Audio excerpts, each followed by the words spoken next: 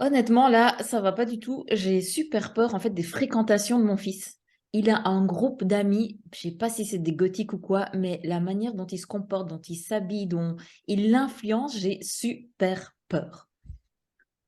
Une question de solution, des astuces pratiques et concrètes pour régler les problèmes que vous avez avec votre ado ou vos enfants, parce que ça devient challengeant quand notre ado commence à prendre de l'autonomie et qu'il nous fait stresser.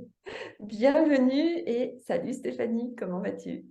Salut Flavie, je vais très bien et j'espère que vous tous aussi qui nous écoutez, on est très contente de vous retrouver. Et donc là, voilà, on a envie de vous parler des peurs d'une maman face aux fréquentations de son enfant, ici, son fils. 15 ans, on va dire. Et ouais, c'est vrai, il grandit, il prend de l'autonomie. On n'est plus là pour l'avoir tous les soirs au creux des bras, le couver. Et qu'est-ce qu'il fait? Et est-ce que ses potes sont OK? Est-ce qu'ils vont pas l'influencer d'une certaine manière? Là, il y a les angoisses qui arrivent. Et qu'est-ce qu'on conseillerait bien à cette maman? Oui, ben cette maman, déjà, peut-être de s'intéresser au... Hum, Je trouve plus mes mots parce que peut-être que moi, ça m'a touché un moment dans ma vie. Alors, pas avec les gothiques, mais qu'est-ce qui intéresse notre enfant? Parce qu'on parle de gothique, on peut parler de punk, mais ça peut être des sports extrêmes. Et voilà, on a toujours l'impression que notre enfant va être en danger à l'extérieur. Donc voilà, déjà, alerte rouge. Vous aussi, vous avez été ado et vous aussi, vous avez fait des trucs que vos parents ne comprenaient peut-être pas toujours. Donc, on se calme, on se pose et on s'intéresse à son enfant, parler avec lui, qu'est-ce qui l'intéresse, pourquoi il aime s'habiller en noir, pourquoi il aime se jeter du haut d'un pont en trottinette pour prouver qu'il est hyper doué. C'est quoi le but dans sa vie, à lui, à 15 ans ou à elle?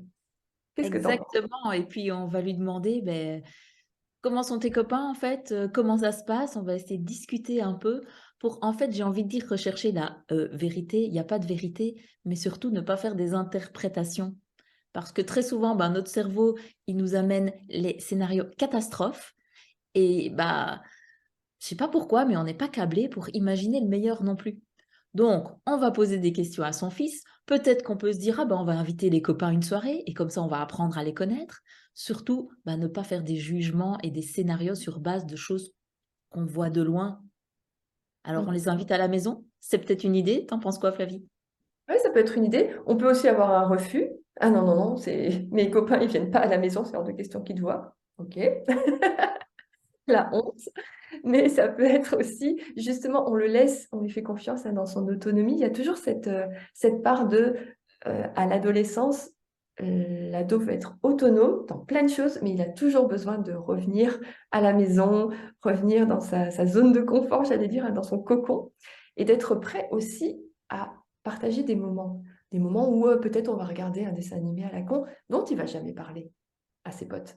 Mais en famille, il peut le faire. Donc, c'est pas la peine de dire tout ou rien. Ah ouais, bah, va avec tes potes et nous, on veut plus rien savoir de toi. Non, toujours être sur cet équilibre de je te fais confiance, tu peux aller en sécurité à l'extérieur parce qu'à l'intérieur, à la maison, tu es en sécurité. Ouais, tout à fait. C'est super important de lui dire, nous, on est toujours là. Mais en même temps, c'est l'âge où il va devoir acquérir des nouvelles expériences et puis aussi faire son propre chemin à le créer et on n'est plus là à lui donner la main. Donc, on lui laisse de l'autonomie, mais tout en lui disant qu'on est là pour lui quoi qu'il arrive et surtout, on garde la communication. Comme ça, si un jour, eh bien, il y a un souci, on est là et il va oser venir nous parler. Et ça, c'est super important. Vraiment, garder la communication et l'intérêt pour ce qu'il fait sans juger. Donc la pleine conscience, n'oubliez pas, c'est qu'on accepte ce qui est, on essaye de vivre dans le moment présent, on a des expériences internes, externes, mais surtout, on essaye de ne pas juger. Alors, c'est Mm. pas simple, mais on pratique, on pratique, on pratique. On pratique Et encore et encore. C'est tout le défi hein, d'être un parent solide, un parent serein. C'est voilà, qu'est-ce que ça fait en vous à l'intérieur quand vous vous sentez mal à l'aise, hein. C'est vraiment ça aussi, tourner le regard vers l'intérieur. Et on est là aussi pour ça avec Stéphanie. Si vous avez des questions à nous poser ou si vous avez des challenges, n'hésitez pas parce que ça a l'air facile comme ça quand on en parle, nous. Mais voilà, vous avez vos propres challenges, vos propres émotions, votre vécu, de ce que vous dit aussi, hein, les jugements. Mais qu'est-ce qu'il fait ton fils avec cette bande de potes? Et là, hop, on a, on a la peur qui revient. Donc vraiment, voilà, n'hésitez pas à nous contacter. Vous avez toutes les informations sous la vidéo. Voilà, et on vous dit à la semaine prochaine. Merci beaucoup à tous. Bye tout le monde!